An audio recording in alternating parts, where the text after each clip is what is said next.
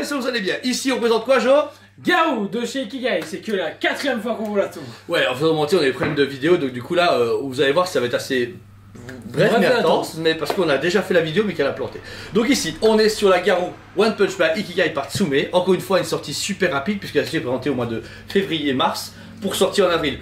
Donc clairement, la promesse est tenue comme avec les autres, super vite et avec une bonne qualité. Et une très bonne qualité, déjà un visage de Garou qui est vraiment sublime, vraiment hyper fidèle par rapport à ce qu'on connaît dans l'animé. Ouais. Même le travail des cheveux est hyper propre parce qu'il y a vraiment cette touffe qui remonte, qui un peu M comme Wolverine, donc ça c'est marrant. Mais le visage est vraiment cool, très bien expressif, etc. Encore le personnage a une belle proportion et super beau. Ensuite, au niveau du corps, vous avez donc d'abord la version un peu stretch, comme un t-shirt très serré où on voit beaucoup sa musculature.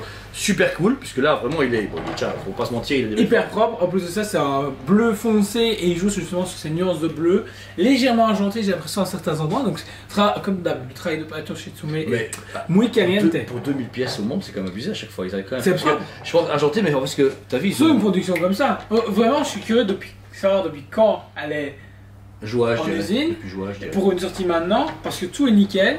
Ensuite, on vient justement sur ce legging qui est vraiment propre, légèrement très texturé comme Tsume a l'habitude de faire. Nickel. Vous devez juste venir pincher justement les petites lanières qui sont là. Propre aussi, dégradé de jaune jusqu'à du vert. Donc c'est propre. C'est très très beau. Et encore une fois, on finit sur des petites sandales trop peinards, un peu Karate Kid qui est vraiment chouette, qui s'appuie sur le sol. Donc le corps en général est très bien fait. Comme on a souligné, ils ont quand même accentué les effets de couleur sur le corps, puisqu'il y a des touches de bleuté pour que l'énergie de son ki, je présume, soit vraiment visible sur la statue. Donc ça c'est déjà intéressant. Ensuite, donc le personnage prend de la place, mais en plus à côté de ça, ils ont fait donc du coup 2 émanations de karaté, d'énergie, d'autres. À travers la statue. À travers la statue, translucide, on peut voir apparaître justement les mains qui sont légèrement difformes par ce globe justement qui est hyper propre. Mais les textures, la peinture des mains est respectée. Donc ils ont réussi à travailler la main parfaitement et ensuite se dire, tu sais, on coule dans la résine translucide et on donne cet effet et qui apporte de l'ampleur à la statue. Ça fait des années que je fais des statues, j'ai jamais vu réussir à faire. Enfin, cet effet n'a jamais été fait auparavant. Il y a eu des plugs, mais en fait. Si, trop con. Broly avait le même effet. Ah ouais? Oui, c'est de là où vient l'idée en fait. C'est vrai, ouais, bien vu, j'ai oublié. Mais à ce là, il y a une statue qu'on a fait en review, parce qu'on s'était dit pareil, légèrement déformé, mais bien travaillé. En fait, ça travaille comme la Broly pour le globe, mais là justement avec l'émission d'énergie qui va autour. Seul bémol, pour celle-ci, faites attention, il faut venir placer correctement la main et en plus de ça, venir écarter légèrement la résine ici pour venir plugger le pex qui est là. Il y a des petits pex du coup aux embouts pour éviter que ça retombe, donc vous avez ça dans le dos et au niveau du genou droit, mais voilà, c'est quand même facile à monter, vous connaissez très bien Ikigai, c'est pas compliqué, faut pas non plus être un savant pour le faire.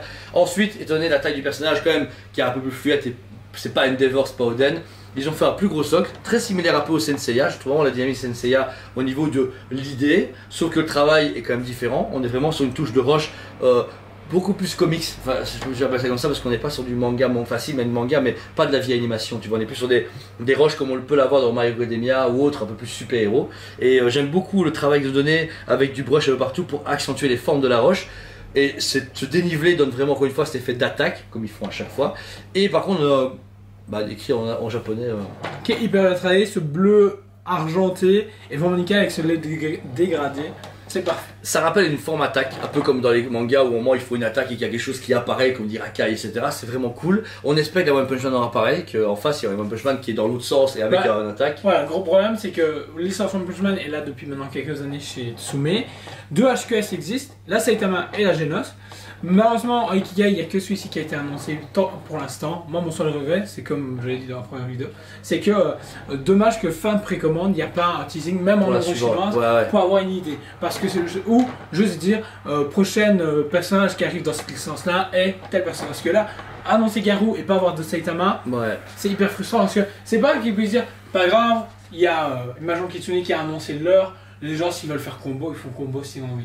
Juste ça qui est dommage, c'est que pour une gamme qui veut être tant complétiste, au final là, sur cette licence-ci, on est frustré. Ouais, c'est ça, voilà. Après, à côté de ça, magnifique produit, on comprend aussi qu'il commence par la fin, parce que c'est un peu comme avec les autres, commencer par Kurapika, puis à faire Fregon, et puis finir sur Hisoka. Mais ça va, parce que tu sais que c'est Kurapika puis Gon. Donc, quoi qu'il arrive, t'as le perso principal, et puis ils ont utilisé les autres persos, donc c'est cool. On le sait, ouais. Mais là, Garou. Et ensuite, on verra. Et ça, c'est. Les gars, non, Ouais, et comme tu disais, C'est ils ont difficile à pas vendre. fait de vidéo de unboxing là-dessus. Ils ont Pas de vidéo d'unboxing, donc du coup mes collègues ont dû la monter un peu à l'aveugle, donc on a dû les aider et tout. Rien de compliqué, c'est vraiment ça qui est chiant.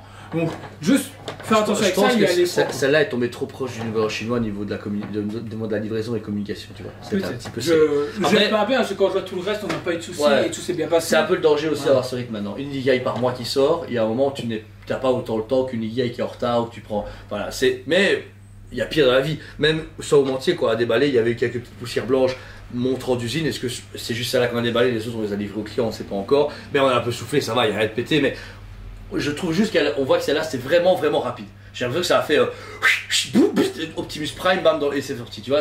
Alors que les autres, elles sont prévues, mais on dirait qu'elles étaient prévues tranquilles, tu vois. Celle-là est un petit peu accélérée, mais la qualité ne change pas chez Tsume, ça reste nickel. Ouais, c'est un précoce février. Février-mars, je sais plus. Parce que mars, janvier c'était Ah ouais. Obito, et ensuite en mars c'était Celle-là. pour Apika, donc celle-là en Là, février. t'as raison. Ouais, donc 2 mois, c'est parfait. Franchement, même avec le niveau chinois. Bravo.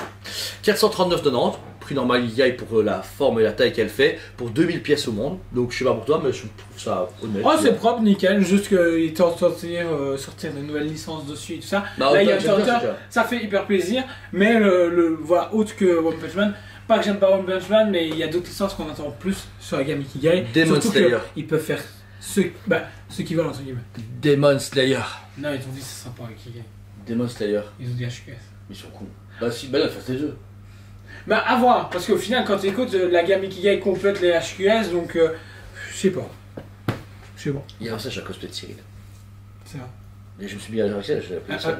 Unflame, X-Flame, Inflame, Inflame. c'est une fan d'Inflame. Mais tu vois, regarde, je me mets à sa taille plus ou moins, comme ça. c'est vrai. Ouais, aujourd'hui, je ressemble à lui un tout petit peu, mais bon, maintenant, avec le temps, Non, ouais, c'est vrai. j'ai pas de lunettes. Non, il met des lunettes. Pas tout le temps. Ouais, il devient vieux, gros. Bah, il a quoi, 60 ans il va arriver une fois et me dire ah, j'ai 100 ans. Bah Il va me coucher. Donc voilà, c'était le GG de Sud TV. Merci à vous encore une fois. Si le produit vous intéresse, c'est dispo sur le site et en magasin. On vous aime beaucoup. Et on vous dit à très bientôt. On vous aime beaucoup et on vous dit à très bientôt.